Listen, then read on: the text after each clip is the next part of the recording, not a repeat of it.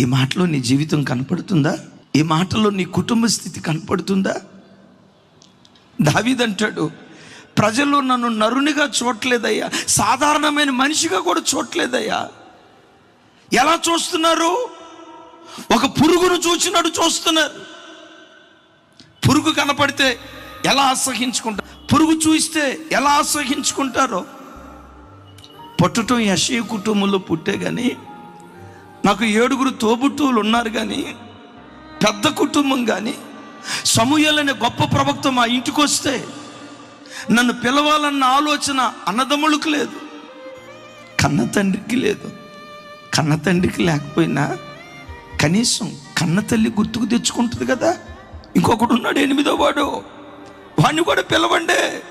ఇంత గొప్ప దైవజనుడు మన ఊరు వస్తే, మన ఇంటికి వస్తే, మన ఇంట్లో బలులు అర్పించబోతామంటే చిన్నవాడిని పిలవకపోతే ఎలా?